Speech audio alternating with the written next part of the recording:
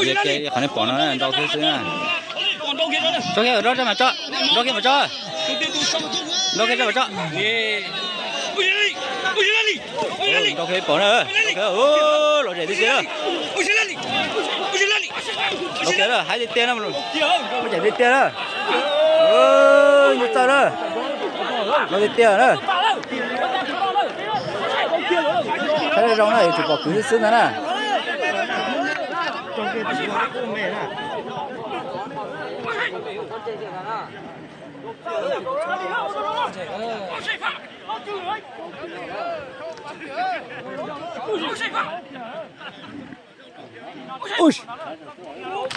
Ui, mới chẳng đi tiêu.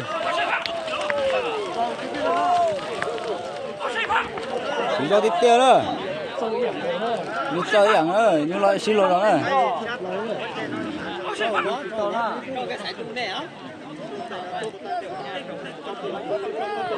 Tôi kia cú đu kia giờ đi mới bỏ nó nè. Tôi biết tôi cho men gì nè.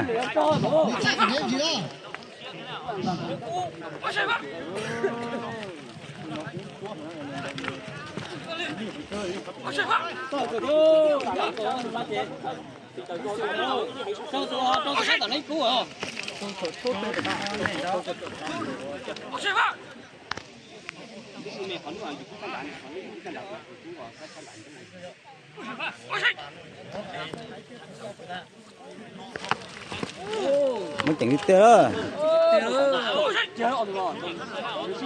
Cú liệp lông rồi nè.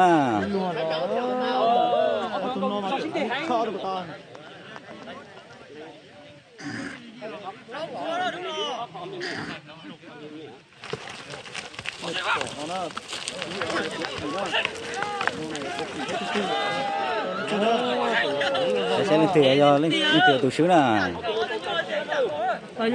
Chỉ cho đi tiền nè. thế hả?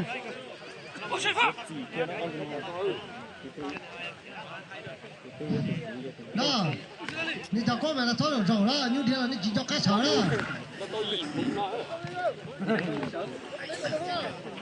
？nó đâu thì kia đâu, nó nào đó, khó thật là tu cả kia đó, chẳng như vậy đó.